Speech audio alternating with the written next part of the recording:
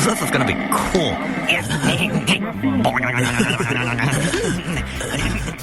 The topics and opinions expressed on the Dudes and Beer podcast are intended for an audience of 18 and up and are solely those of the host and guests. They neither reflect the opinions or values of either the sponsors of Dudes and Beer or your mother. I mean, seriously. Have you ever heard these guys? They'll talk about anything. Whoa, hey, you think they're gonna show it?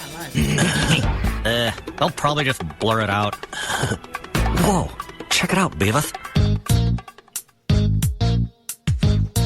Speaking of old school hip-hop. Grab your beverages and turn up your interweb.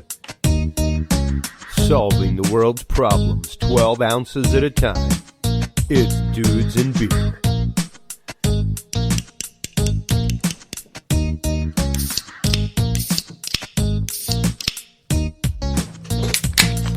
Well, hello everybody, and welcome to Dudes and Beer. We are creeping ever closer to episode 100 right now. Tonight, in the studio here in Austin, Texas, we have DJ Cynco, also known as Jeremy Jackson.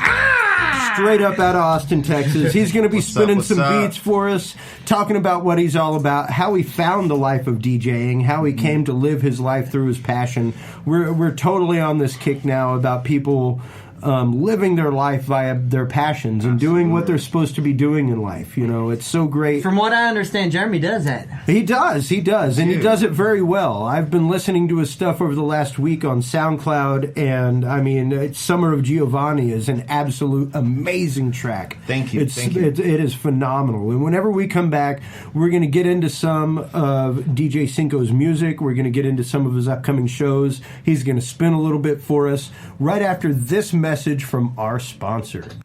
Have you ever thought about brewing your own beer? Is the urge to brew there, but you just don't know how to get started? Well, Dudes and Beer is here to help. Stop on by the new Dudes and Beer Amazon store and check out all the great brewing supplies and gear today. We have it all, from instructional books and do-it-yourself kits for beginners to 16-gallon cooking vessels, carboys, bottling supplies, and cleaners for all you homebrew pros out there.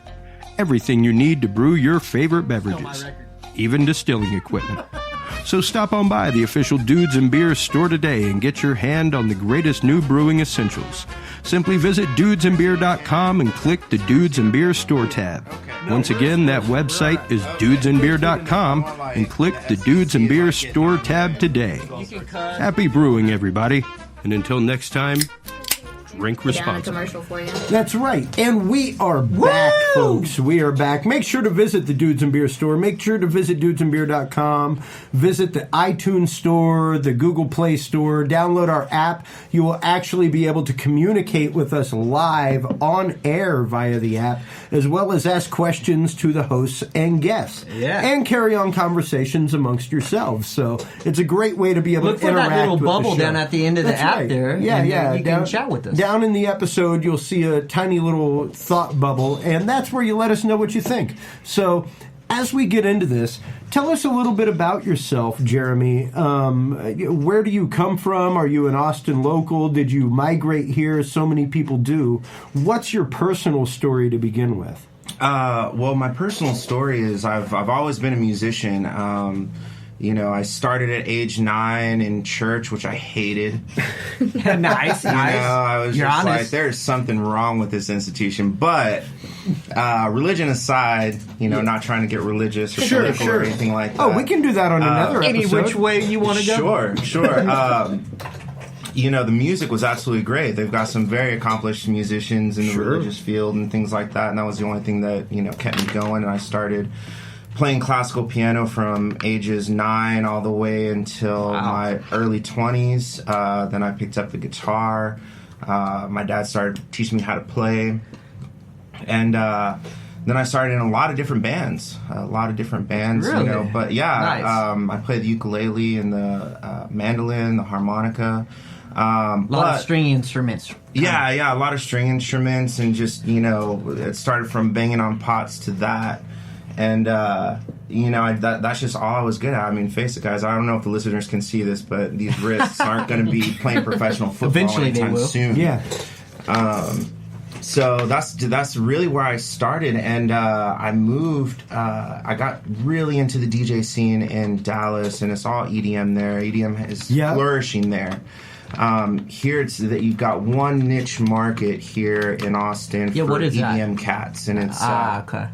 It's places like Kingdom and Plush, and big shout out to the guys at Plush. They're so sweet. Yeah, okay, I know Plush. Yeah, even though I'm not a EDM DJ, they still have me over. I still do what I do there, and they're cool cats, man. They really are.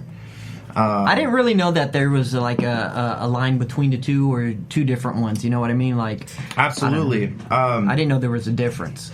Well, explain some of that to us, because DJing and that kind of music is extraordinarily stratified. Yeah. And a lot of people don't realize that when it comes to DJing, like, people ask me to come out and DJ their parties, and I'd be like, well, wait a minute.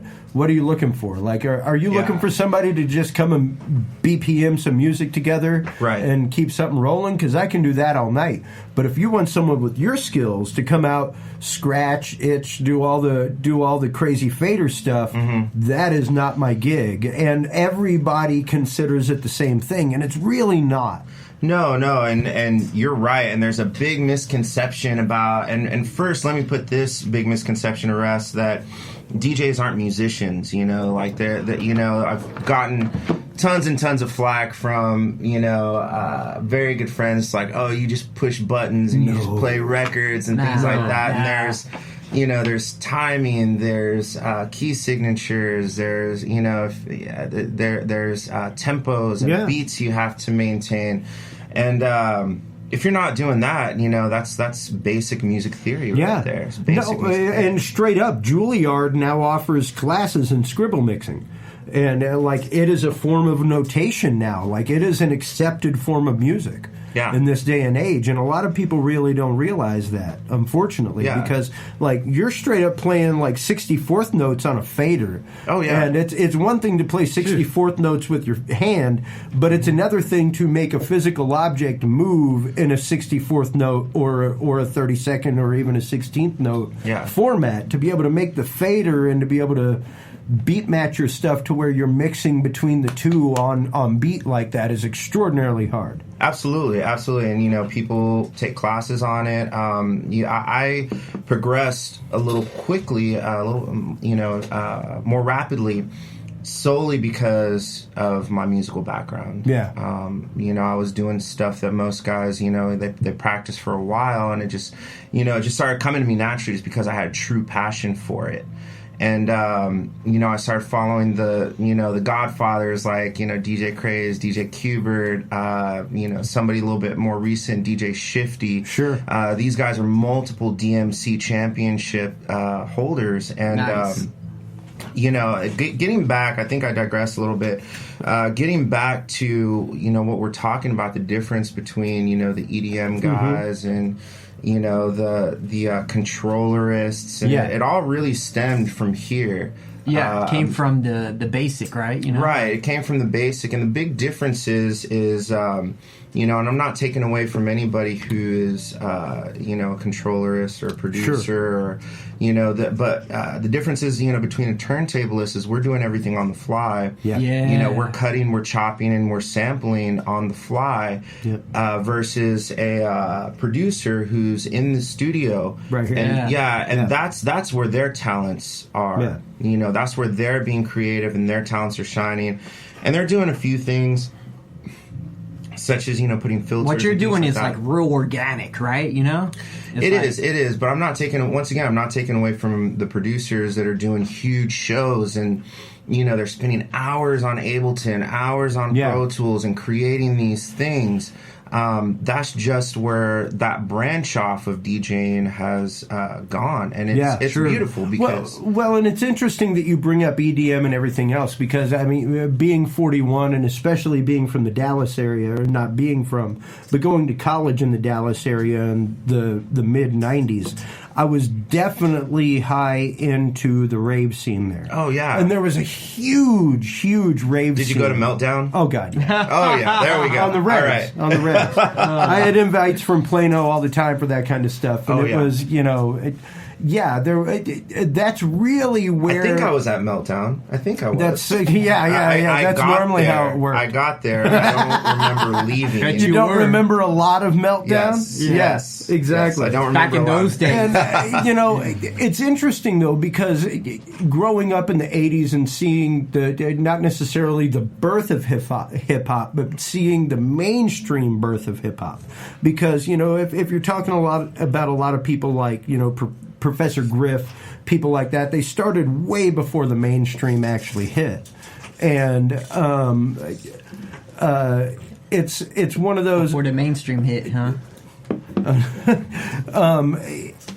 To see the progression of music, to see the DJ of to see the progression of turntablism, like you said, from the late 70s through the 90s and into the production, like you said, of music that we're so familiar with, yes. like Dr. Dre, people like that, who were not only great turntablists, but turned that turntablist into producer. Like I myself am an electronic musician, so most of my stuff lies within the studio. I don't do a lot of Ableton. Most of my stuff is still old school, analog beat machines. And that's great. Stuff That's like great. that. And that's what I'm saying. Your talents and your creativity are in the studio, and are pre-prepared for the masses once you get there. Well, and my show actually typically, like, I've got a backbeat that I then play live to. Right. I then add, sound effects and loops and all kinds of stuff on top of the backbeat. And this for me is just a thing that I fell in love with because I started collecting records. Yeah, at a young age. I loved records. I was at Goodwill all the time. I was at the musty antique stores. Yeah, nice. That you're going to in your city. You find gems there, and right. I found that a lot of my friends who were turntablists and old school DJs were borrowing my records all the time. Yeah. And so, I had just had a mixer and a turntable, and that's kind of where it all started. What's one of the favorite records that you found at like a thrift store, Goodwill? Oh, man, that would have to be, it was a Bob Marley remix. I can't, the name of the song escapes me now because it's been almost over a decade, but it's like, sun is shining, the weather is sweet, Mm-hmm. And that was an amazing record. Now, when for me. when you found that record, when you picked it up, did you know at that moment that, like, wow, that's the record, like, wow, this is awesome, or was it after you played that record? It was when I made my first mix was Radiohead and Ludwig van Beethoven. Okay. Yeah, I made the marker on the record. I was like, okay, here's where the break beat is, and this is where it starts. Okay, what key is it in? All right, it's in the same key. Let's put it together. And It came together, and I realized for the first time, I was like, wow, I can actually do this. Yeah. It was kind of along the same lines of seeing the Beastie Boys on Soul Train. That's how far back I go. And I'm like, holy shit, hip-hop isn't, just for black folk, I could do it too. I could DJ too. If I want to get on the mic and spit 16 bars, I can do that too. Yeah, nice. And not a lot of people realize. I mean, even you using the terminology of marking the record. Not a lot of people realize what that terminology actually harkens to. Explain that to people, what it means marking the record. Well, you got to go back to the history of hip-hop, and DJs would mark a certain point on the record, and they would get to that record. So beat juggling started with, I would say, probably like, 8 bars or, a measure of 32. And they would start with the main beat. Once that beat was getting to the second mark, that meant that the beat was almost over. Then they would have another record queued up, and they would bring the fader over. Right. So it'd be like, dum dum ta dum dum ta dum dum ta dum dum ta. Oh, it's almost over. Yeah. Fader goes over. Keep it going. Dum dum ta dum dum ta dum dum ta. And that was for the b-boys, the break dancers, to battle. Settle out their differences with dance. Switches from one to the other, right? Right. And now beat juggling is a huge thing in DJ battles, which back then there was so many gangs in New York that this was an outlet for people to solve their discrepancies in a peaceful, creative manner. Yeah. And that's, you know, where battle rapping came from. That's where battle DJing came from, you know, beat boying.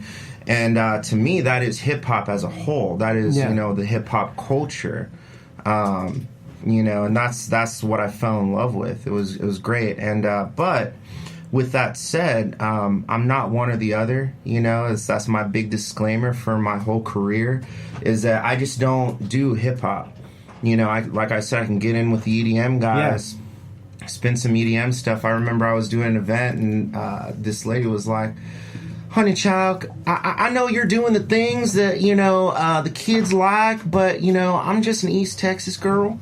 And I would really, really love some George Strait. Could you do what you do with that? Cut up some George Strait. And you were able to do that. Oh, absolutely. Wow. I have a few country songs, and I was able to mix that successfully. Can you cut up some George Strait right now?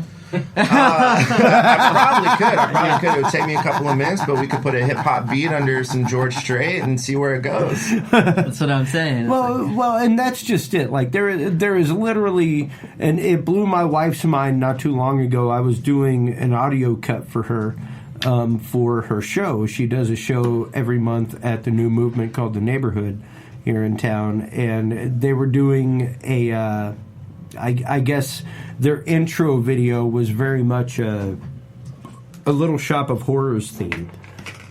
And she had found like a karaoke track of it and had cut it. And had actually done a fairly decent job of cutting it.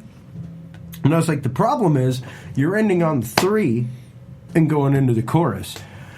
And you can't end on the 3 and go into the chorus. It doesn't work that way. It's a 4/4 song. It's got to end on the 4 and come in. And she's like, I just don't see what you're talking about. And I was like, you know, there's got to be a part for intro, and then for your lead vocal to come in, and then for people to realize that the backup vocals come in at this point.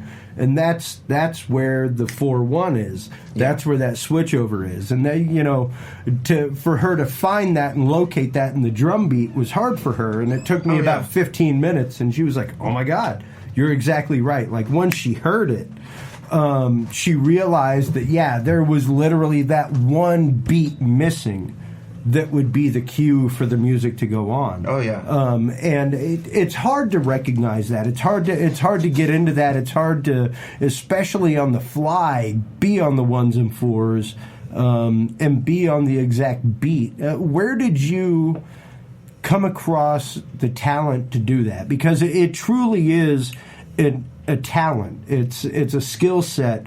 Whether it's in the studio to find it or whether it's to be able to find it live, I find it much harder to do it live than I do in the studio. Because hey, I can read waveform. Yeah, you know, it's a language to me. So I can see there's it happening. DJs that are waveform readers. Oh yeah, most definitely. Yeah, and the best thing to do is, you know, for people that want to get into it, get 2 drumsticks and a drum pad on your table and start drumming to the rhythm of that song. Sure.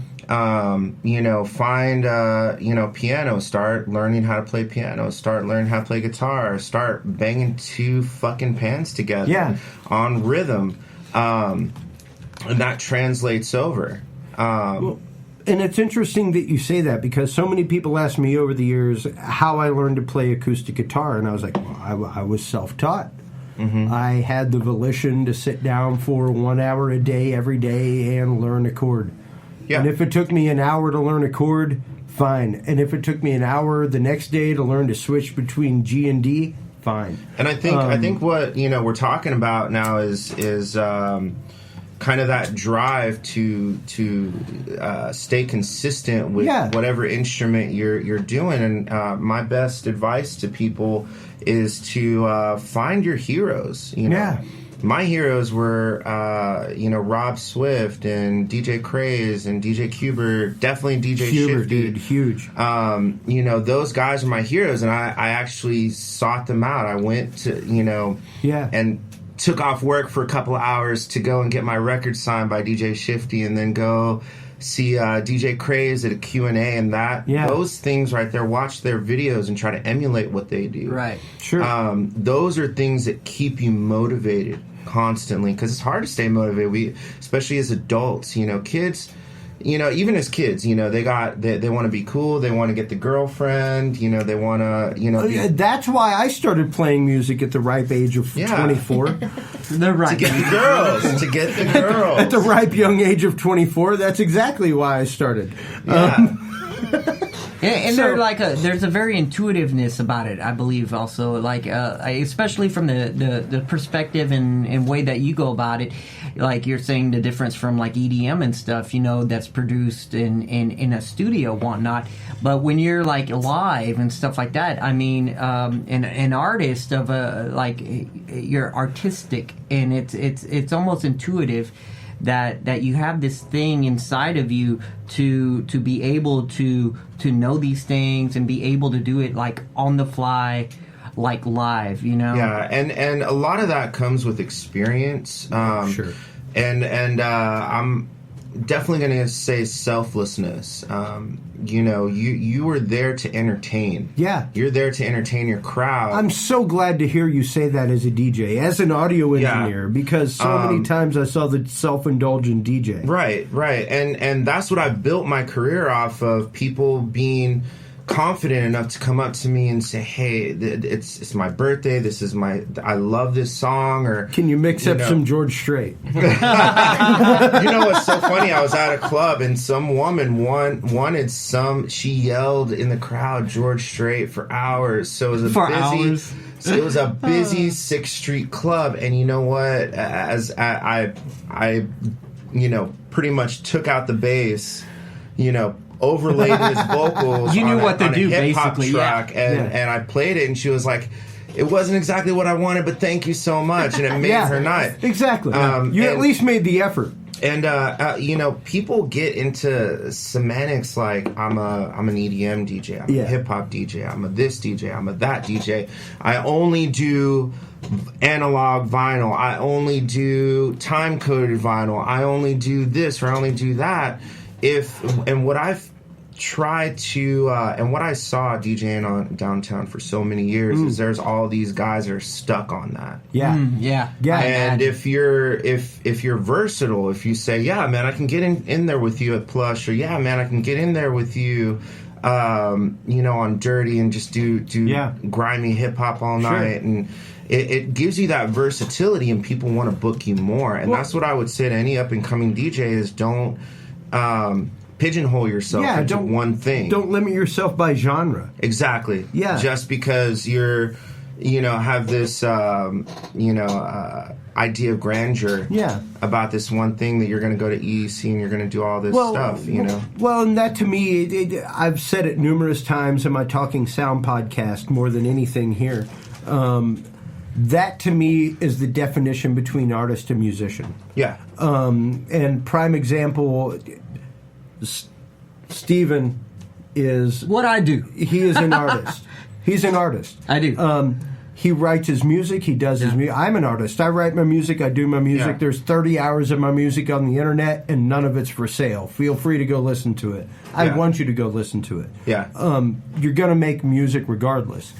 A musician, however, is someone like my buddy Tom Metz, who is out 3 days, 4 days a week teaching guitar, playing other people's music on a Saturday night, and the same thing as you. And you are not just an artist at what you do, but you're a musician at the same time. Mm-hmm. And that's what most people discredit DJs for. Right. Like I said, most people attribute DJ to what I do, which is come out in BPMs and match some music and keep a vibe flowing throughout the night. And that is not DJing to me.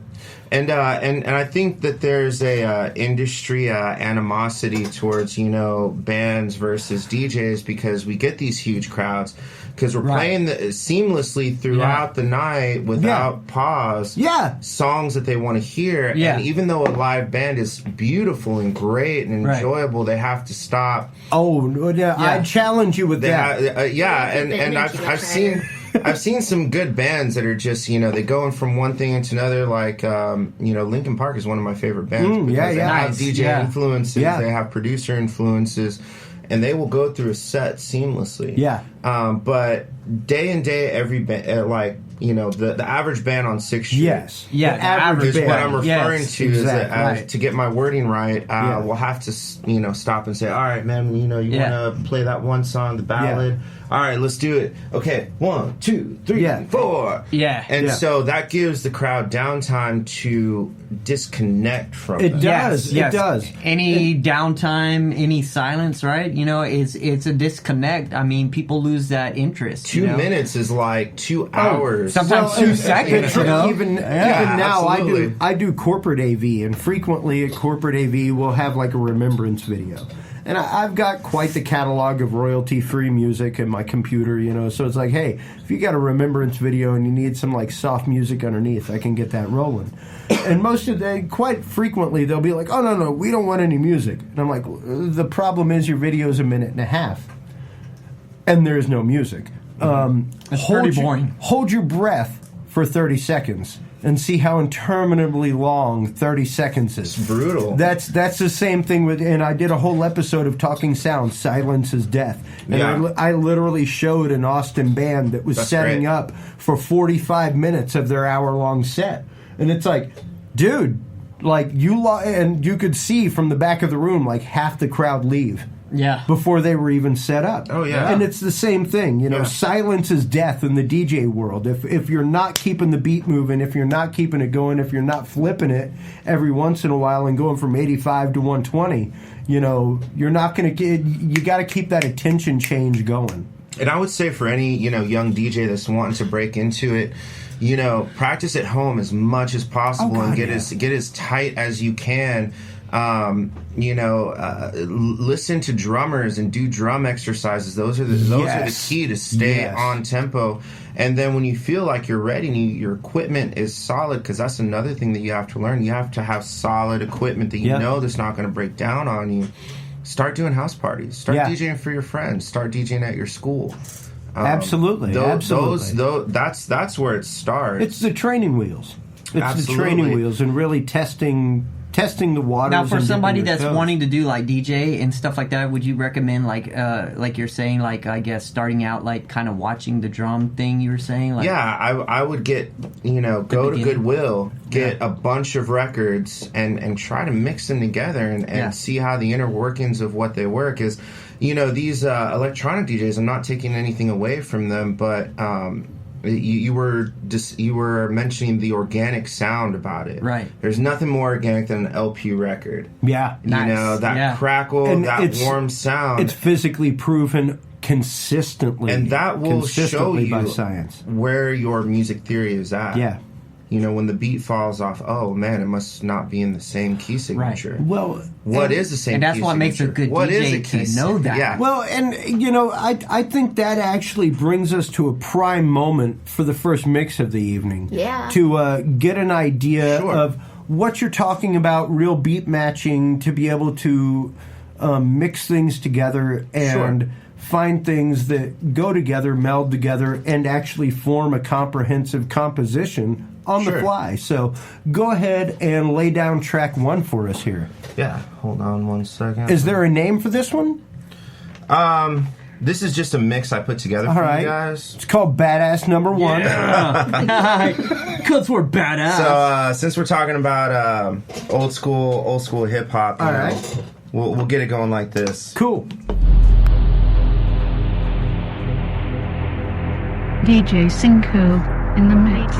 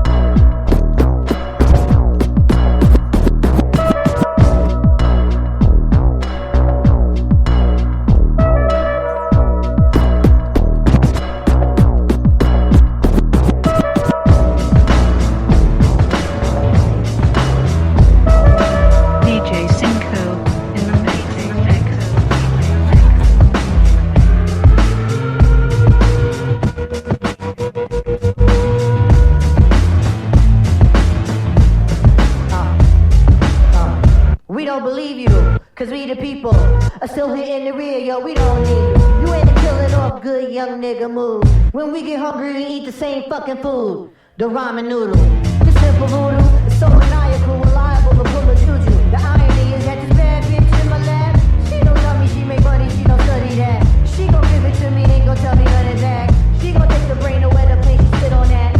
But those are signs with, don't try to rhyme with. VH1 has a show that you can waste your time with. Guilty pleasure take the edge on reality, and for a salary, I probably do that just sporadically. The OG Gucci boots are smitten with iguanas. The IRS piranhas see a nigga getting commas. Niggas in the hood living in a fishbowl. Gentrify here, now it's not a shithole. Trendsetter, I know, my shit's cold. Handsetter because I ain't so cold. But yeah, all you black folks, you must go. All you Mexicans, you must go. All you poor folks, you must go. You must go. You must go.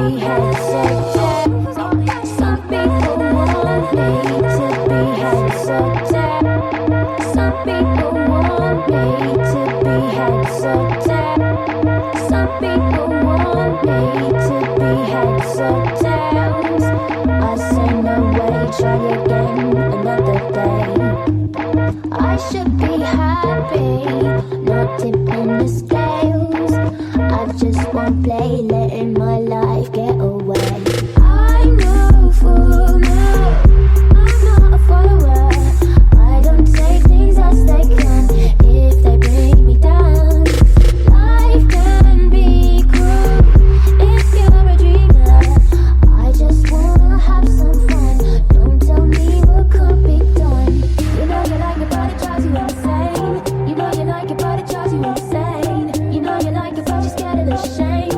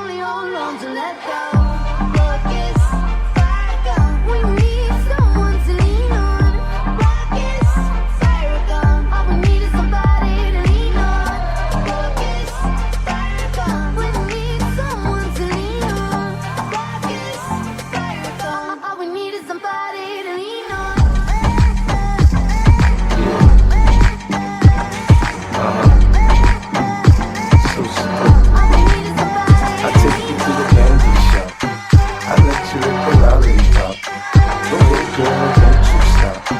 Keep going till you hit the spot. Whoa.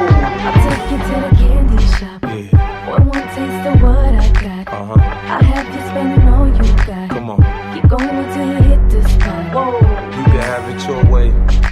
How do you want it? You gon' back that thing up or should I push up on it? Temperature rising, okay, let's go to the next level. Dance floor jam-packed, hot as a tea kettle. I break it down for you now, baby, it's simple. If you be an info, I'll be an info. In the hotel or in the back of the rental, on the beach or in the park, it's whatever you into. Got the magic stick, I'm the love doctor. How your friends teasing you about how I sprung, I got you. Wanna show me you can work it, baby? No problem.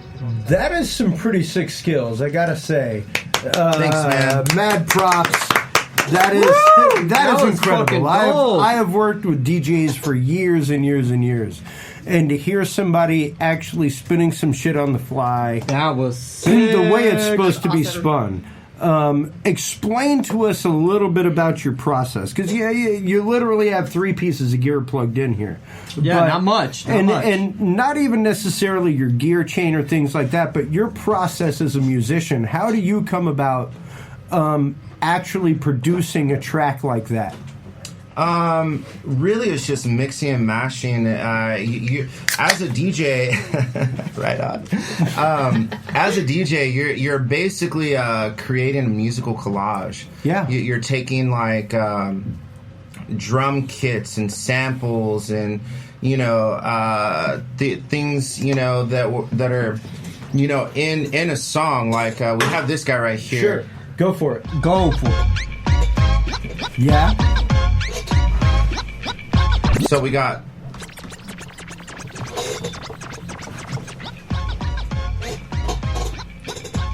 so I can take this, yep, and isolate different sounds, different audio tracks and things like that. Yeah, I'm probably gonna need juice up here in a second.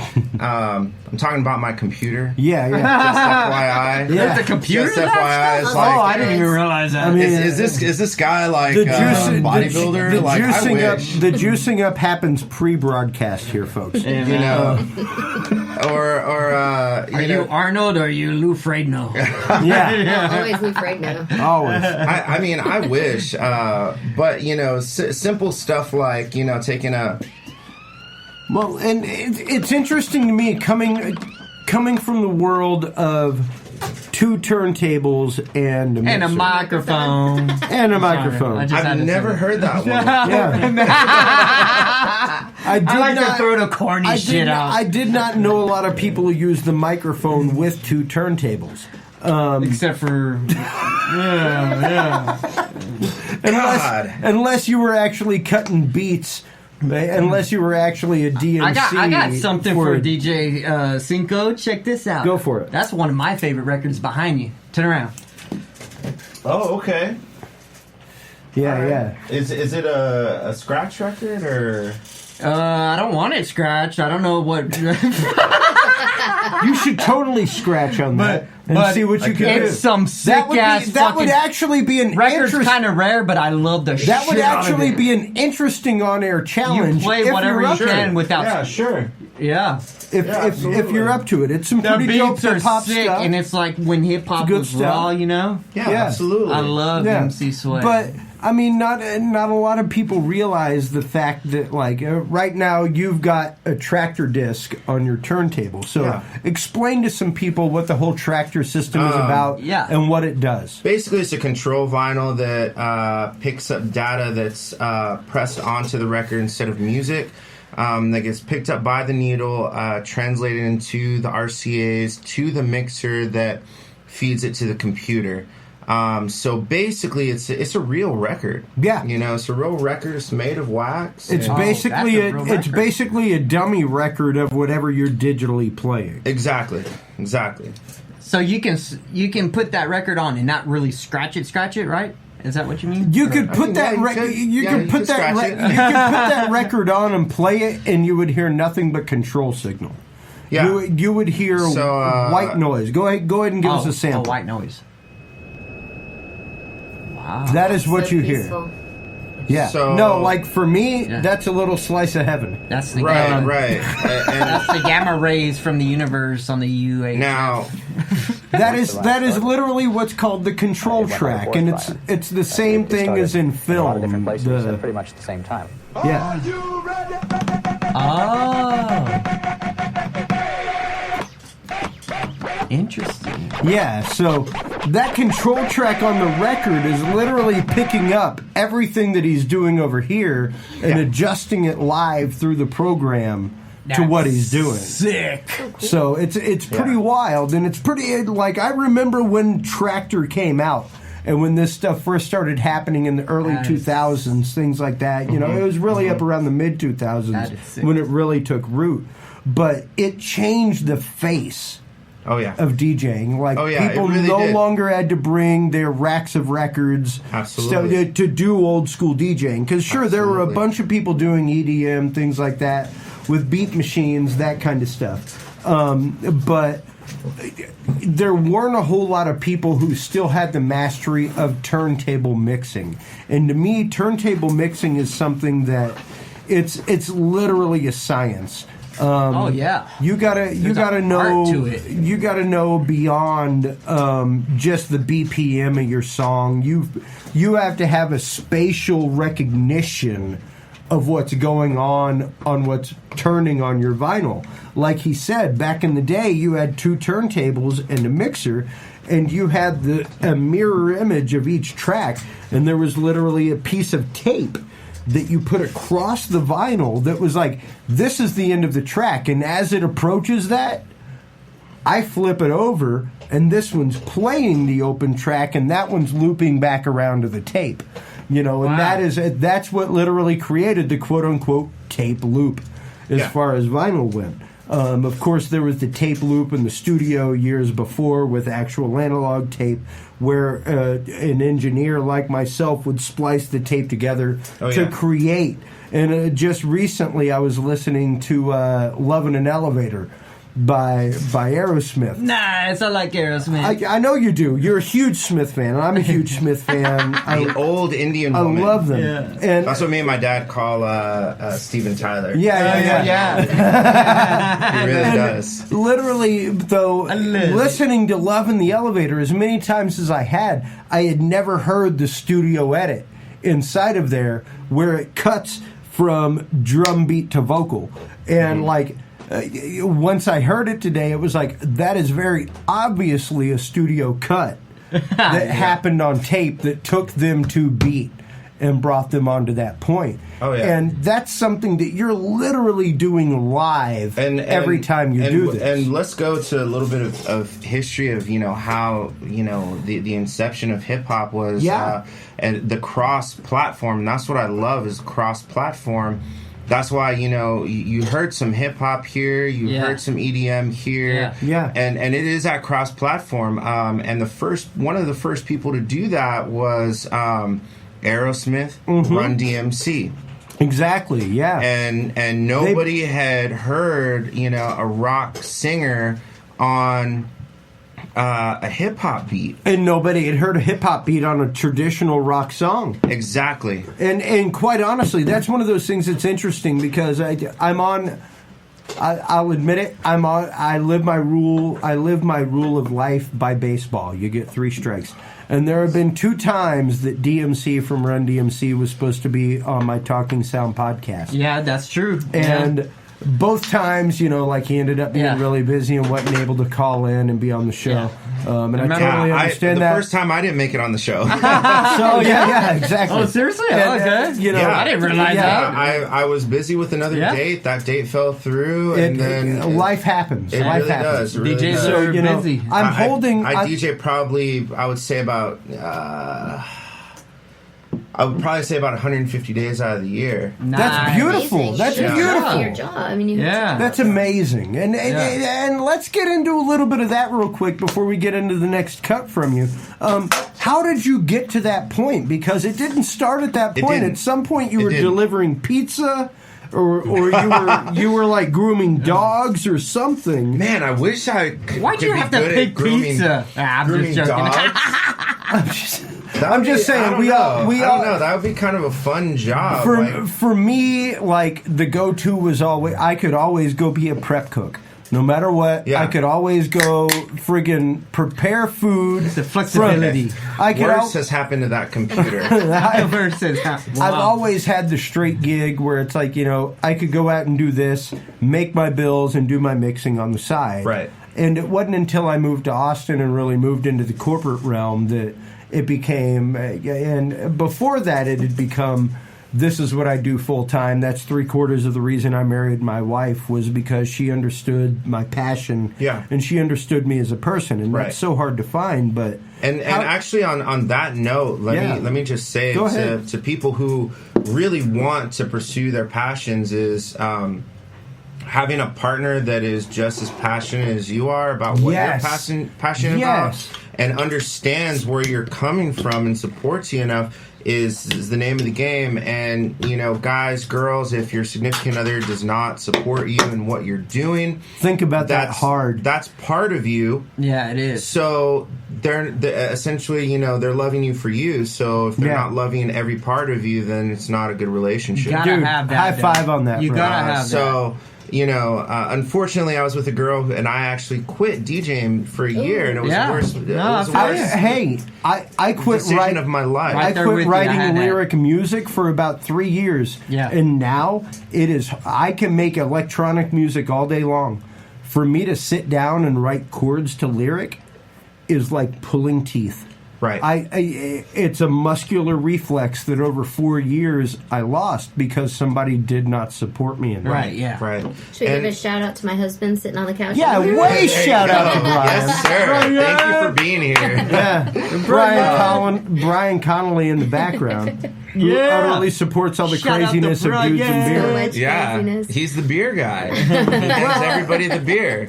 Well, it's like the most important damn job. Mm-hmm. Yes. It is so utterly important, though, and that's one of the things that we bring up on this show all the time is actually building your support network, finding people that support you in what you do. Great examples. I watched Steve Aoki's documentary on his life and his career, and he said he owes most of his success to his mom because she supported him throughout all the crazy parties, all the money that he threw in that never returned to him. Yep. Yeah. And that's guys, I took the biggest gamble because I actually pawned. My dad is a very, very accomplished guitar player. Okay. Nice. And he's the one who always told me, go out and find what you're good at and try to make a living with it. Sure. Be creative. Yeah. Think outside the box. Don't be lazy. Go out there and meet people. Do what you need to do. He's a great guy. He plays a great lead guitar player. He plays all the Rush. Nice. Hell yeah. He is anybody very that can good. play their pregios of Alex Lifeson, I am down with. He can. But I think I was almost going to get disowned when I pawned my my first acoustic guitar that he bought me for. I don't know. I think he helped me pick it out. Right. I paid for it. He helped me pick it out. It has some sentimental to it, probably. It did. It did. But he helped me pick it out, and I pawned it for 2 turntables and a mixer. Sure. Yeah.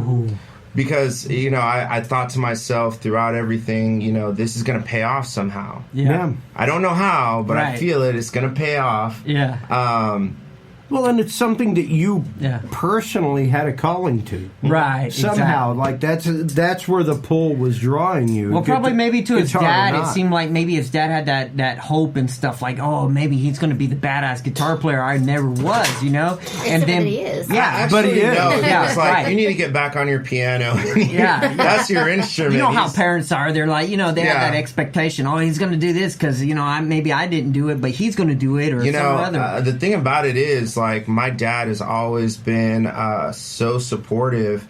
My dad and my mom, they're actually 2 totally different people of non-relation. My dad was some guy that, basically adopted me. He's a burnt out musician. He's like, hey, I can help this guy out, and he just, became my dad. And my mom was the first person to put me on a piano.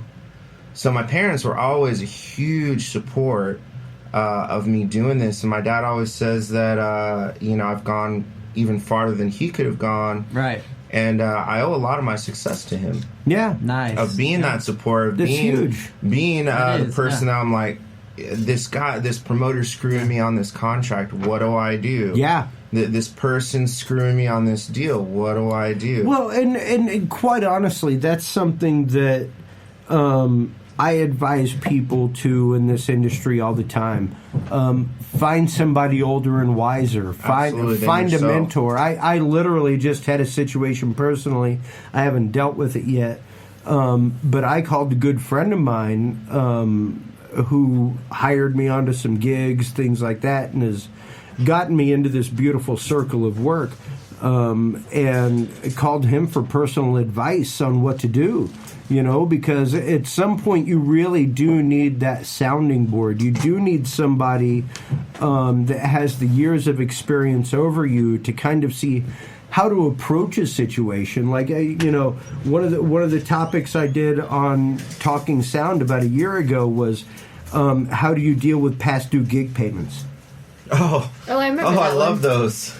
And I'm still waiting to get those back. No, and like, how do you learn to recognize that nightmare gig on the way into the nightmare gig? How do you because there are like it's not even red flags. It's like a fucking fireworks show. There are flares that go up in the air when it's the nightmare gig. And unfortunately, we as artists, we as people who want to get our stuff out there, frequently ignore those red flags in order to get our art out there. But at the same time, we're doing ourselves a disservice by ignoring that. And I mean, have you had that situation? Absolutely. where I think there's a saying on 6th Street that you play in Austin to get gigs out of Austin. Exactly. Yes. That's a really sad thing. And that's one of the main things I want to talk about on this show is go for it, man. The appreciation of our artists. Like myself, I was a working DJ for a long time. I did DJ 4 nights a week, and that's really hard on work, the body, the mind, the soul, everything of going out there. And there's days where you're like, man, I just want to stay home and watch Orange Is the New Black. Wondering what's going to happen to that crazy ass woman. But I actually love that show. I think her name is Crazy Eyes, not Crazy Ass. But Crazy Eyes. Okay, all right. Crazy Eyes, Crazy Ass. But it's one of those things where if you're having problems with the venue from off the bat, if you're having problems getting paid, if they're making excuses for paying you day one, the best thing to do is try to get your money after that first gig and not work with that person again. Yeah. Because, you got to understand, tourists from all over the world come to Austin, and if they're saying, oh, well, we didn't do this, and if they're not willing to show you what the ring is that night of alcohol sales, if it's by a sale base or if it's by a gig base, if they're not willing to show you how much they made so you know how much you're getting paid, they're probably screwing you over. Yeah. Amen. And Amen. Here's the thing: if you thank you. Yeah. If you stick with it, you're doing yourself a disservice. You're cutting yourself short. You're not knowing what you're worth, and you're gonna get jaded really quickly. Not just that, but you're really, and this is something that me and my friends in the AV industry talk about all the time. It's the fact that you're actually setting a really low bar. Yes, for the industry. And just one quick little cliff note for DJs that are trying to get gigs and trying to lowball their fellow musicians. Yes. You're not doing anybody a service. You're working harder for less money, and the next DJ that comes after you is going to have a really hard time getting what he was working for. Well, and a prime example is it blows people's minds. I mean, you can look around my studio. I mean, there's a picture of me with people from the Grateful Dead,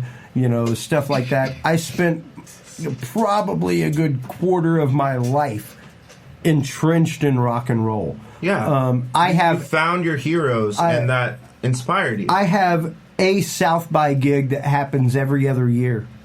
That's it. I have no other interest to work with South by. I have no other interest to do South by gigs. I'm just not into South by. I think the rest of the United States is starting to realize that they're being sold a used bill of goods. Everything's overpriced. Yeah. You can't get in anywhere. Last year, this time... You're seeing D-list celebrities. Last year, this time, I actually posted the advertisement for South by Southwest from 1993. Oh, jeez. Which was like right as I graduated high school. And it was like $20. You get a T-shirt and you get into all these shows. Nice. Wow. Like 5-6 years ago, we just had a wristband because I was working at Barnes & Noble at the time, and we did the book selling things. They gave us wristbands. It's like a volunteer trade. We got into everything. We met everybody. Absolutely. Now it's like $1,000 or more if you want to actually do. It's ridiculous. A platinum badge will cost you minimum $1,600 now. Crazy. That's crazy. You serious? Yeah, I didn't realize. Not to mention the fact. I fucking need a Depends or something. Not to mention the fact that if you, as a DJ, were going out to I try have to pay to play now. Oh, Thank you. Crazy. There it is. Exactly. Pay to play. I got invited to a DJ showcase and I got accepted and they sent me. Of course you did. They sent me an application. They said fill out this application with all your DJ information, all your media service, and then pick the package, the performance package that you would like. Yeah. Either $100, $160, $500, $250, or you could headline for $1,000. Sure. Wow. What? Oh yeah. I'd send an email back like, "Hey, I'm highly confused. There's this little thing at the end here." Yeah. and see, if this is where it's coming to, then we're not the music capital of the world anymore. We're a money making fucking machine. We're the used car salesman of music industry of the world. Yeah, because that's what we're selling. These conglomerates are making money off of the creativity that people used to love, and we're imploding as a city. Is basically what we're doing. Yeah. And that's where that term, I go back to the term, was people play in Austin so they can play other places because they know that they're going to get paid more. That's right. Once you've got stubs on your bill, you're set. Some crap like that. Once you have... It used to be Red Ed Fly. Oh, before they became Rattler. And then before that it was a Lucky Lounge. Yep. True. I headlined Lucky Lounge and with my before old that, band. Hole in the Wall. Even. Hole in the Wall. I mean, good God, they're a mainstay of Austin music for 20 plus years. Oh yeah. And now it's the fact that you're lucky that they even exist. Yeah. And they almost got ousted. It's interesting to me because for years, Austin was a town of obligation to me. As someone who went to college in Dallas and lived in Houston, we had quite a contingent of students from the Northeast and things like that at our university in Irving. Just a side note, I'm from Baytown, Texas. Rock on. Nice. Rock on. Continue. Crosby boy. There you go. The Dirty Bay. A little Crosby Cajun over here. Yeah. But, and to see those ads from 1993 in the Houston Press where it's like $20, you get a shirt, big corporations and you're into stuck all their this little stuff. dibs in. Well, and granted, hey, dude, don't get me wrong. The day that Dudes and Beer is approached by iHeartRadio, we're gonna have a nice talk, and we may change formats. Steve and Chris, y'all need to be in suits, and y'all need to be. I'm not in denial of that. Steven, you got to watch your mouth. But, it's literally gotten to a point where, like I said, for me, Austin was a town of obligation. Whenever people came to see me in Houston, it was like, well, that's a Texas minute down the road. For someone from Massachusetts, 2 hours, you're crossing 2-3 state lines. I know, right? For us, 2 hours down the road was nothing, so it was easy for us to come and spend a night in Austin. But it was one of those like, oh my God, I got to go to spend the night at some frat guy's house that I barely know, and I'm bringing people into. Yeah. And then inevitably, someone would get lost on 6th Street, or arrested, or kicked out of the bar, or the car would get knocked towed. out in an alley. Yeah, there was some kind of crazy crazy 6th Street stuff. Yeah. And later on in the 90s, whenever I came here for business to run sound, someone from the band would get kicked out of the bar, or the car would get towed, or the band van would get broken into. There was some kind of drama forever and always surrounding this area of 6th Street. And the day I moved here and found the places other than 6th Street to go, it was amazing. But literally all that anybody knows of this town is 6th Street. Yeah, true. And that's corporate. That's everything. I mean, even whenever I work like multi-million-dollar corporate events, and all people want to know is, where do I go to hear music on 6th Street? And I'm like, well, I don't know. What kind of music do you want to hear? Do you want to hear really good music, or do you want to hear a bunch of bands that are practicing? Definitely. Because if you want to hear a bunch of bands that are practicing, you definitely need to go to 6th Street on a Wednesday night. If you want to hear some really good music on a Wednesday night, go check out Elephant Room. Yeah. That's like where all the badass jazz musicians go and play, and you're gonna get in for $4, and you're gonna have like a $4 drink. Has anybody ever noticed that you could roll up and down 6th Street and all you hear is blues players? Yes. True that. Yeah. Because that's the quintessential. I know some friends of mine that are that do that, and it's like. But yeah, it's like 6th Street has like they're not into you got to play that style that they want, that certain way, and those certain songs or whatnot. For tips, and that's it. Yeah. It's like it's not original, Well, like you got to go to the other district, or whatever, or off the beaten track that most people don't think of when they come into town, don't know Austin or whatnot. That's where the really good music is. When I moved here. And one thing that I just kind of want to get back to the DJ lifestyle is, you don't have to be on vinyl. You don't necessarily have to be on CDJs or even a controller. I remember one South by when I first moved here almost 10 years ago. There was this kid that reprogrammed his Wii U and was DJing off his Wii U with the paddles. Yeah. Yeah, I know. The beer guy is looking at me like, holy shit. What the hell? Am I seeing this right? Yeah. And that's sick. There was another guy who had 4 tape decks, a Pioneer mixer, and was DJing off of tape decks. Totally. Are you wow? That and he played an amazing set. People were crowded around him. They were dancing. They were jumping. It was, and it really doesn't matter what you're on. If you're the best scratch DJ, or if you're the best loop DJ, or what your niche is. Right. If you are bringing in the people and you're serving the people, you're being that DJ Samurai. The word for samurai means to serve the people. That's right. That means that you're going to get a callback. And that's the most that you're going to be a resident at that club, and that's where you want to get to. Can you give us a sample of something like that, something along those lines, because I've worked a lot of video game conventions, stuff like that, and I've seen a lot of people that actually program their stuff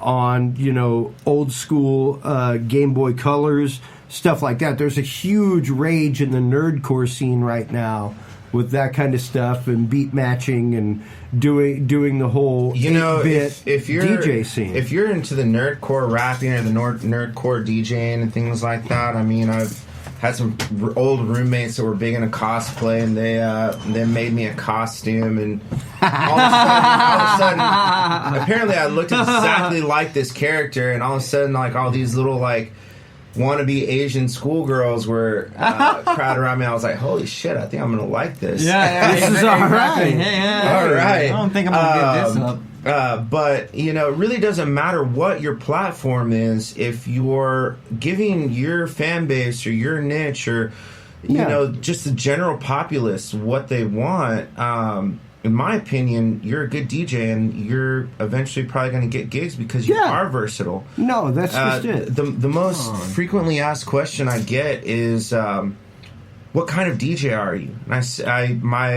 response is, well, what kind of DJ do you want? Yeah, exactly. Like I said, and whenever people ask me to supply a DJ, and they're like, I need a DJ for my party, and I'm like, that is a very large term. Right. What are you looking for? But for a good DJ, it doesn't have to be, because to be a professional DJ, you could be in any situation, any venue, and say, you know what, I got something for that. All right.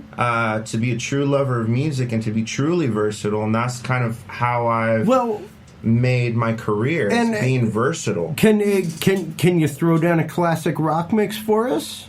I can certainly do my best. Go for it, man. Let's see what you can give us. Shit. And I'm going to challenge you right here. This is a straight-up DJ battle challenge. Not necessarily a battle, because I'm not going to do shit.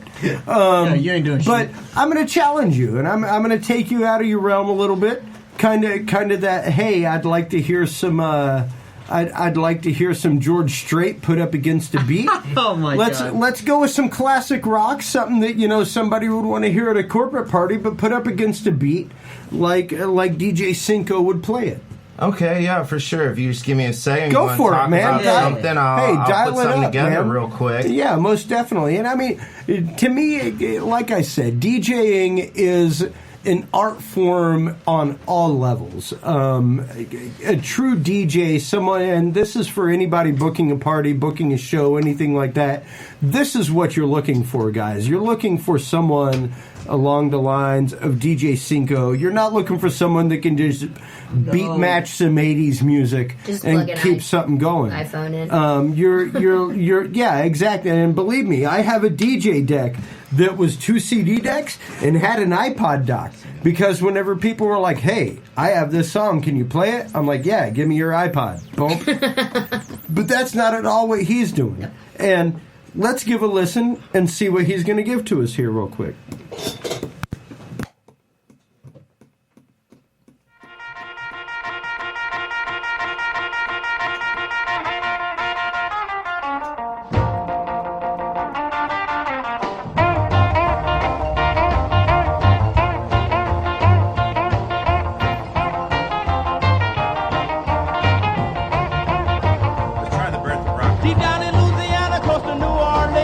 Way back up in the woods among the evergreens, there stood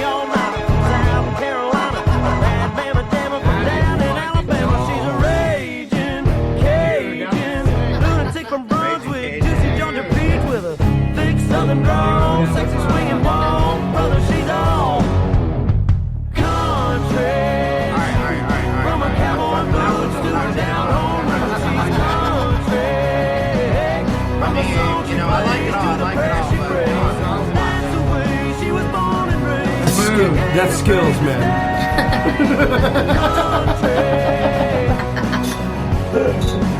Brother, she's country. God damn, she's country. Yeah, she is. And that's just it. Like, to be able to do that as a DJ, to be able to actively live mix that stuff together is absolutely phenomenal. Thank you, guys. And, it's not easy. Winchester was in. To be able to mix that stuff, to be able to hear the beat matches, and like you were doing over here, that was sick.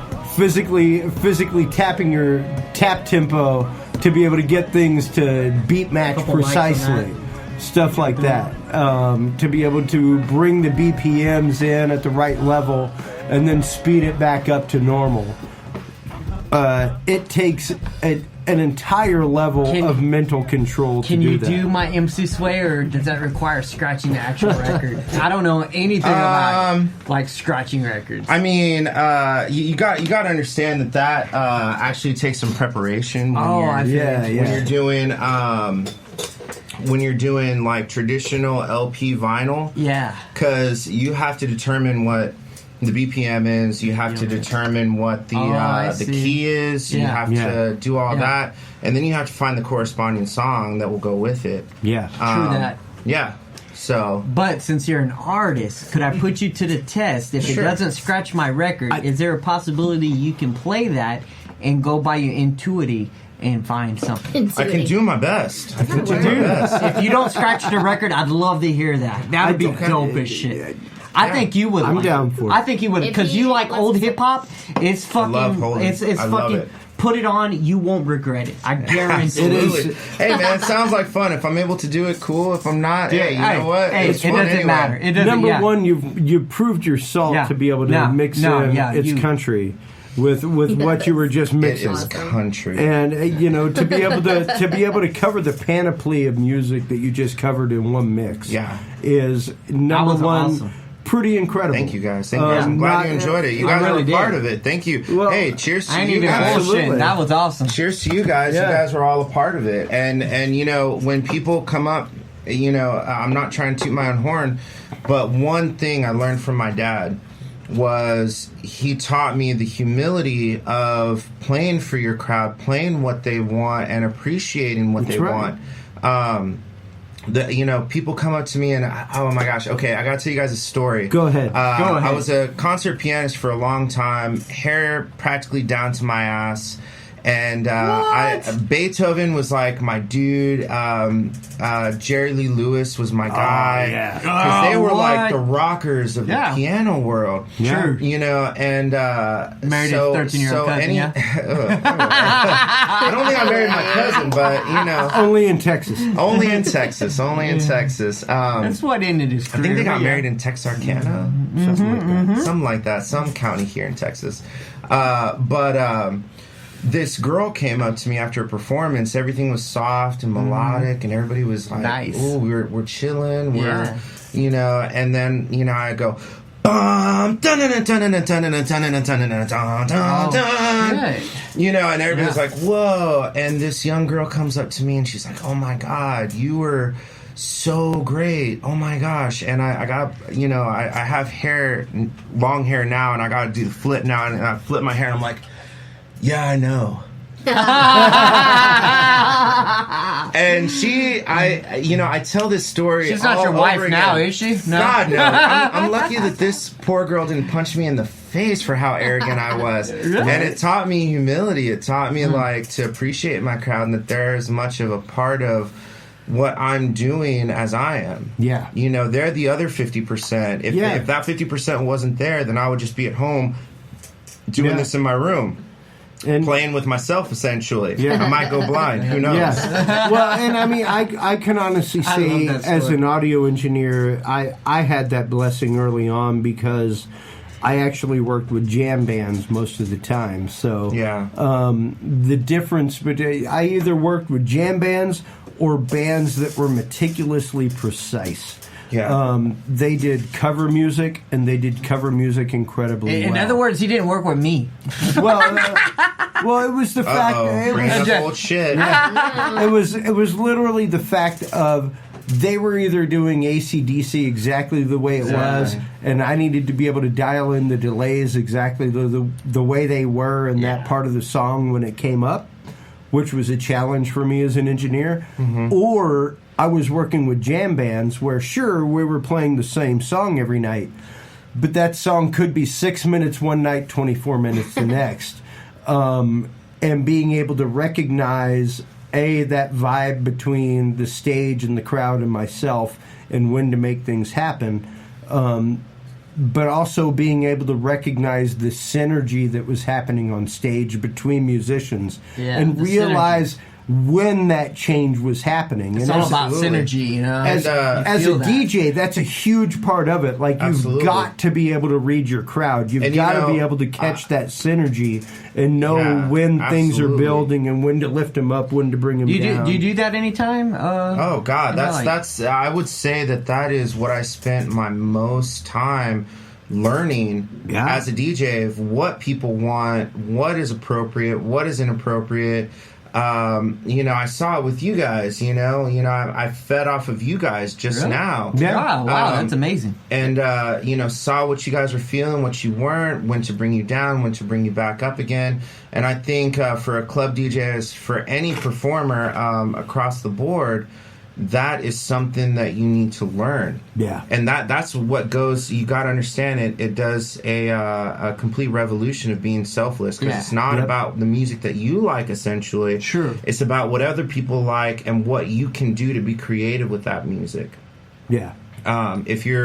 If you say you don't, I don't necessarily like She's Country, but I like the mix that I just did. It was a lot of fun. It was a great lead-in. You did nothing but BPM match the whole time, and it's absolutely something that within a mixed crowd. The one thing I like to appreciate is that it's kind of like it's a good keyboard. Yeah, it is. It seems like a right side, left side brain type thing, because you're trying to do what you do, and then you're reading the crowd at the same time. I'm very you know what I mean? ADD. That I cannot pay attention. So you're doing to save my life. things, You're doing two different things. Your art and the crowd. I can honestly say, as someone who is ADD, and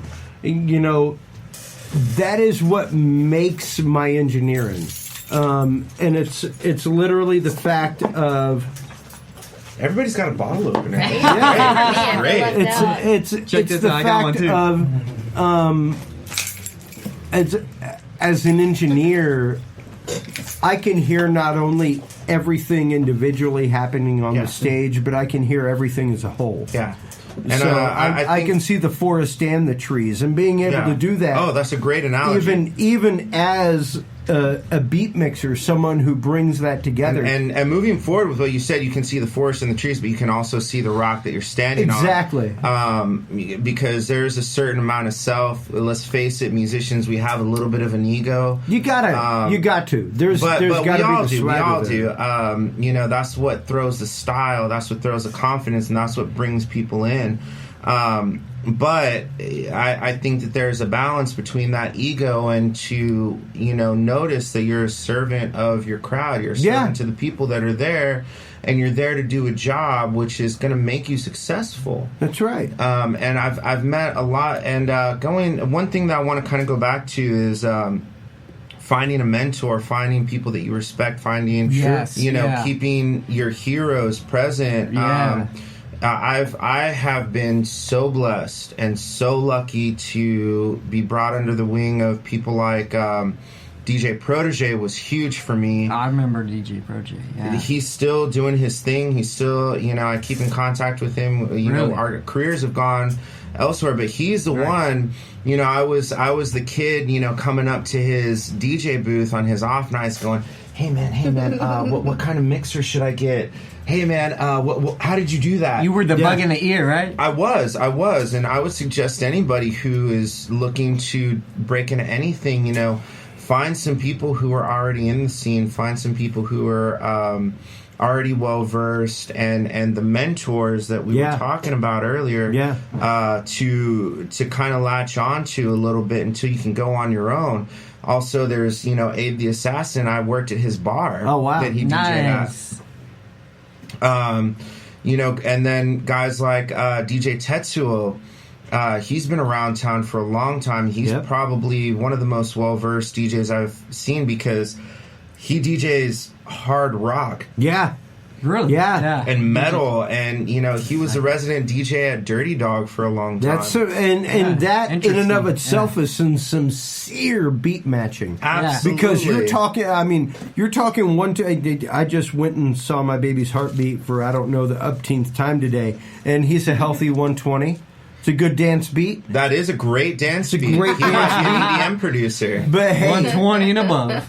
You're talking about like 180 and above with that kind of stuff. And whenever you're talking about being able to beat match 180 and above, like that's a skill set in and of itself. Absolutely. To be able to keep that going and to be able to make that seamlessly happen. If you ask Einstein, as long as it's mathematical, it's not really that difficult. Well, sure. But, I mean, you also look at the whole concept of Pink Floyd and Nick Mason, where he said his drumming teacher told him never to ever play faster than his heart could beat. And it's interesting whenever you consider that. Because, whenever you're talking about hardcore metal, whenever you're talking about mixing stuff like that, you're definitely talking about mixing things faster than the heart can beat. Yeah, absolutely. And to actually be able to beat match things that are at like 180 or 210, stuff like Cannibal Corpse. That is a skill set beyond. Absolutely. Beyond. And like you said, to have someone like that as a mentor really kind of sets you into a new level of what can I push myself to? What limits can I myself as an artist push? Because these guys are already doing it. I just need to learn the application. Absolutely. And I think finding those mentors is very important. I have friends that I go and see now that I have time to go and see DJ, like DJ Reamped. He's a good friend of mine. He's one of my very good friends. I know his parents, it's one of those things. And just knowing people in the scene and getting out there and, appreciating people in the scene and respecting, people that are already in there. And that's basically how you break into it. Yep. I remember DJ Reamped was telling me that he would drive other DJs to their gigs. That's how he broke in. I would just harass them all the time. Hey, man, what kind of mixer do you use? Hey, man, what kind of program do you use? Hey, man, what kind of vinyls do you use? And then, just keep going on and on and on. But, back then, I still do have that fire for this. And it's just something that never dissipated. Well, and that's quite obvious, number one, in the way that you mix and the fearless way that you mix, like you just exampled a minute ago with the DJ a challenge. DJ told me once, he heard my set, and he's a very prominent DJ. He was like, damn, dude, you were brave. You're brave. Yeah, and it was because you set into a comfort zone, and especially once you're in a venue for a certain amount of time, you definitely learn to know what your crowd's looking at. I mean, a prime example that was Joe Gomez, DJ Beat Chaser. Okay. Nice. Yeah, I had a buddy of mine that used to DJ, and it's an odd example, but he DJ'd every Thursday over at Oil Can Harry's. Tough crowd to please. But it is definitely one of those where you're not doing a whole lot of what you're doing. You're doing a whole lot of beat matching traditional songs and making sure that the vibe just keeps going. Yeah. And for him, that drove him nuts. And I was like, hey, you got to consider they're paying you a pretty good nut to come in on Thursday nights and just play whatever the heck people want to hear. Yeah. And you do, like you said, kind of have to get over some of that ego at some point. And I explained that to musicians for a long time. He's making money at his art, so what the hell? Well, and that's the thing, is that you can view yourself as a musician or an artist. Yeah. Toulouse-Lautrec got paid very little in his life. And, I view myself as both, not only do, I sing, I dabble in a little bit of rap, and, I can add those elements to what I do. Right. I DJ, I have a standing residency at Latitude 30 on San Jac and 6th Street. Nice. And, I like that venue. The home of the $2 Jaeger bomb. Yeah. Nice. Right now it's $4 Jaeger bomb. We're probably going to go back to that. It's still fine. Went up a little bit. Still more than affordable. South by. But that's something that I do all the time. Now that I'm at the level that I am, I purposely knock the crowd off of what their comfort zone is. Yeah. And I'll throw stuff like you heard, like, audio samples like, oh, are you ready? 5, 4, 3, 2, 1, and then throw down, all I do is win, no matter what. And it's they're like it builds an anticipation. Yeah, you need. That's great. I like that anticipation thing. And you do have to check your insecurities too. You got to be fearless enough to get on the mic and go out there and talk to your crowd and engage with your crowd. And if you're a DJ that can do it very well and also engage with your crowd, holy crap, you're a really good DJ. Yeah. It'd be harder now too with everybody with their cell phones. Like, there's so much distraction to actually be able to make people pay attention and focus. I mean, because I was taking pictures and he was live. It's hard to stay connected with all the distractions. So it is. I think we're getting into a different era as far as not only hip hop goes, but as far as our social media goes. Not everybody is able to, as adults, growing up in the 90s, we didn't have those things. Now we do. Right. So for the people like myself that, have jobs and things like that, we can't go out. So that's how we experience things. So it's not necessarily a bad thing. It's just, I know artists who will say, hey, man, they'll call somebody out in the crowd and go, get off your phone, experience something. Yeah. Well, they are experiencing it, but they're also feeding it to the masses so they can experience it as well. I think that's one big thing that this whole no phones and shows thing is doing. I'm a total fan of social media. I think I got a big following on social media, and I've been blessed with. I recently got hacked by girls in bikinis. Nice. I recently got hacked. I thought it was going to be cool, like getting hijacked by girls in bikinis, but it's so annoying. It's okay. I'd rather be girls in bikinis than anonymous or somebody. Yeah. I don't know. It'd be pretty legit if anonymous bothered to hack you. Like, you've made it if anonymous is paying attention. I would love that, but then I'd be like, yes to everything you're saying. Right? Totally. I agree. I agree so much. But I agree. Hire me for your next party. Yes, exactly. Can I DJ the next anonymous march, please? Well, oddly enough, before we go out, I want to hear another mix from you. I want to hear something else that you would give to a crowd, like you were saying, that would be something a little bit different than what they might be used to listening to. You know, if you were to go to your typical crowd on a Thursday night and just lay something down that, hey, you're trying to expose them to something different. Let's see what you do, and then whenever we come back, we'll give you a chance to plug your upcoming shows, plug your website, everything else. Sure. And we'll take everybody out. But until then, here's the next deep, huge cut from Jeremy Jackson, DJ Cynco, right here from Austin, Texas.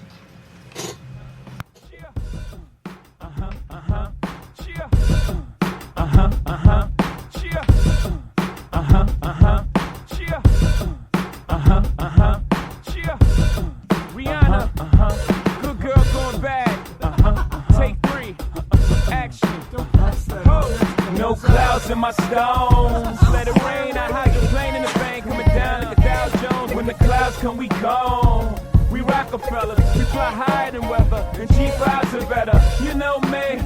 In anticipation for precipitation, stack chips with a rainy day. Jay, Rain Man is back with Little Miss Sunshine. Rihanna, where you at? You have my heart, and we'll never be worlds apart. Maybe in magazines, but you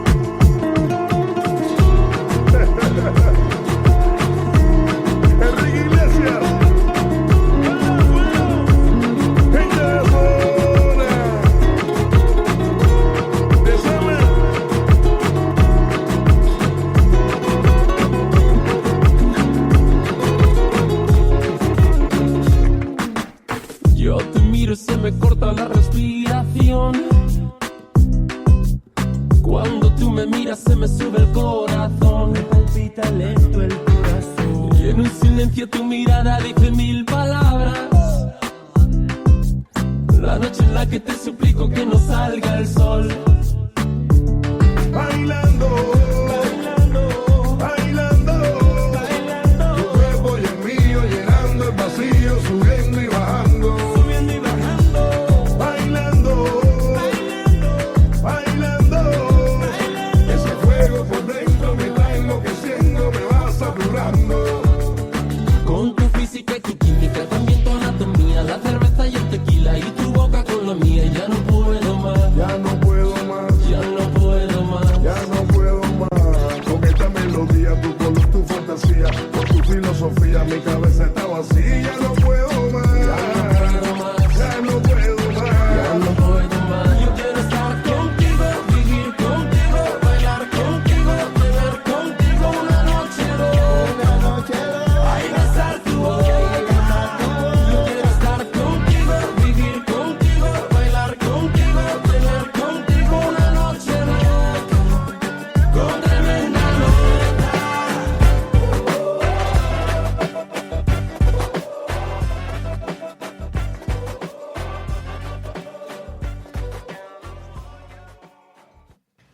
And that is that is some absolutely amazing. Thank you guys. I gotta admit, that is absolutely phenomenal. I like how you mix that shit. I want you to tell everybody, because this is a South by Southwest adjunct episode, tell everybody where they can find you this South by, where your upcoming shows are, where they can hear your music, things like that. Give us your shameless, selfless promotion. You can find me. I'm a resident DJ at Latitude 30. I do every Saturday there. If I don't have a specialty gig, they're usually there on Saturdays. Saturdays. Nice. All right. Nice. Anything Saturday special coming up for South by or anything like that? Do you have any kind of special the thing about it showcases is, man, going on? I don't really delve into those pretty much anymore. Like, I feel you. it's just everybody's scrambling to do a South by thing, and it's just I don't know, man. Just come out every day of the week and enjoy the music. Hey, you've got the other 50 weeks of the year. Yeah. I mean, I'm not going to. It's mostly if you're going to catch the best, it's going to be when it's not the South by. You know, to me, it's like, you know. Well, and it's a good opportunity too to go out, like hear Weezer, hear other bands that are in town too. You can manage to get a ticket. Absolutely. Yeah. Well, and so where other than the local venues can they go to find your music? Where can they go to download your mixes? Kind of website? Where can they go to find your stuff? DJCynco.com, and you can get media updates at my Instagram at DJ Cynco. That's CYNCO, not an I, ladies and gentlemen. That's right. AY. CYNCO, and Cynco was his name. That's right. That's right. I love it. Nothing like a mnemonic device. I know Facebook kept on putting the I, and I'm like, no, I had to keep backing up, you know? I'm like, It does take some work, but after you put it in a couple of times, and after you start clicking on some stuff, DJ Cynco starts coming up amazingly well. That's where you can't really beat you've got interaction. You've got a great web presence, actually, as far as SoundCloud goes, stuff like that. You've got a good amount of followers. I think that's really important in today's day and age. I was in a hip-hop group called Triforce Riot that I put together. It was a really great concept. Unfortunately, it didn't work out. It was where I was singing backup vocals. I was also a DJ, and I had a female singer who was also a DJ, and then we had a prominent rapper who is great. He goes by the name of John the Revelator. If you guys want to see a great up and coming rapper, John the Revelator, Revelator Music. He's amazingly talented. Check out his stuff. He's got music videos. He's got a great web presence as well. Awesome. But it's something that definitely taught me a lot for sure, as far as being a performer, having stage presence, and doing those things. And also, he even taught me about having a great media presence. He's always on. He's always posting. It's essential. It's essential. Really you really have to be on top of it all the time. And, so you don't have any South by gigs coming up, anything like that, anything other than your normal shows to promote? I run a company, and this is more of a passion for me than anything. It's with a very good friend of mine. David Hexum, we founded Infinity Sound Lab together. All right. We're a DJ event service. Okay. And what we do is, awesome. we've been at it for 7-8 years now. We've won constant awards on places like Wedding Wire, doing wedding venues. We've won Vendor's Choice Award 3 times. And it's just wonderful. Like, we've done corporate events, we've done weddings, we've done parties, anything and everything that requires a DJ and sound and music and dancing. Yeah. We definitely do it. And that's been a huge passion project of mine for the last few years. Well, fantastic. And I'm so glad to hear that, because that's what's essential, is it's getting your name out there, getting a network out there, making sure that you have the puzzle pieces in place to help build the picture for people. Yeah. And going back in my early days, he was a club DJ as well. He found me DJing on an off night in the bar next door. And he was like, man, how many years have you been DJing? I was like, I've only been DJing less than a year. And he's like, are you serious? And he's like, hey, I'm building a company. Do you want to come on? And that was 7 years ago. Yeah. And now we're partners, and we roll around town serving Austin, Texas, and the greater Austin, Texas area for their... Exactly. And once again, what is the website for that? It's infinitysoundlab.com. There's also links on djcynco.com. You can also check us out on our Instagram at Infinity Sound Lab. At Infinity Sound Lab, and then you can find it at DJ Cynco. That's DJ Cynco. You can find links to Infinity Sound Lab for your next party and your next DJ extravaganza. Absolutely. Yeah. Jeremy, DJ Cynco, I cannot thank you enough for coming on the show tonight. And it's been awesome. Talking about what it is that you do, talking about the passion that it takes to do this kind of stuff. Absolutely. On that note, ladies and gentlemen, while you're online and checking out the great work of DJ Cynco, please stop on by the Dudes and Beer store. Check out all the great stuff that we have for sale. Many great things. We got all kinds of stuff for brewing, home brewing, distilling. You don't know how? There's winemaking. For it. In addition to that, we also have the Dudes and Beer app that is available on both the iTunes and the Google Play Market, that will let you directly communicate with us while we are live on air. Interact, live chat. Download the app. More importantly than that, I'm going to download that right now.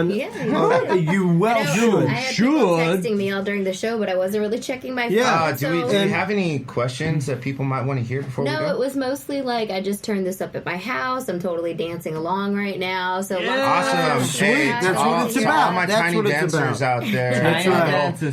A little Elton John reference. All my tiny dancers out there. A little bit of Tina Turner by Private Dancer. Thank you guys so much for the support. I appreciate you guys here at Dudes and Beer. And if I could kind of go with some final thoughts. Go for it. Go for it. Ladies and gentlemen, you only get one life to live. And, do what you love and love what you do. I know you hear that constantly.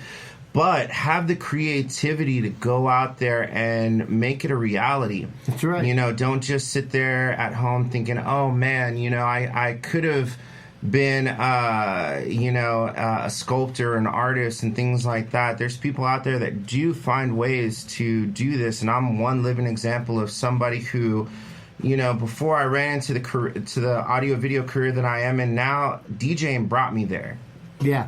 So you can do it. You just have to have faith in yourself, and you have to have faith in your craft that it will lead to something that you really love. And who knows, on the way, living one dream, you might find your way to another. That's right. And those are my final thoughts. I couldn't even express that even better, because we have a couple dreams coming up as far as Dudes and Beer. Number one is our third podcast coming from Mikamoto Auctions live in Houston on September 8th from 10 a.m. to 5 p.m. If you guys want me to go to Houston and do a podcast there, I'll DJ there too. We can work on it. We can work on it. I will do that there too. So, we've been there for a few times, and it's super great to be invited to come back. So check that out, most definitely. That will be episode 99 of the Dudes and Beer podcast, coming to you live from the Mikamato auction. 99 and beyond that 99. landmark. Hey, Beyond how about we have DJ landmark. Cynco on for episode 100? I'm down for that. I'm down for doing that. the in-between segments. If you'd be down for that, we're down for that. You're down for that. Episode 100, as a matter of fact. And then I'll be there for folks. 150 because I'm DJ Cynco. I'm with it. I'm with it.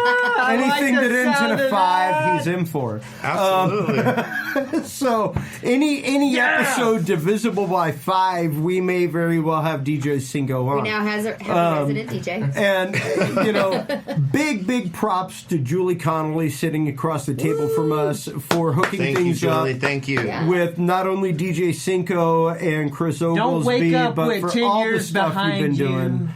And While the sun's chasing. Yeah. The whole Pink Floyd thing. But seriously, she is the one that has hooked us up with Hops and Grain for episode 100.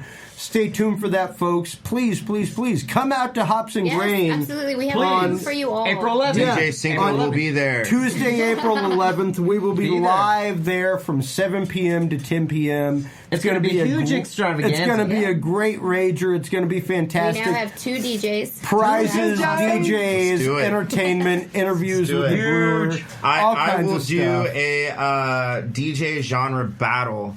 With Confucius? Well, maybe with Confucius, something. but whatever. Well, hey, you know what? If Confucius wants to have a friendly battle, we can have a friendly battle. All right.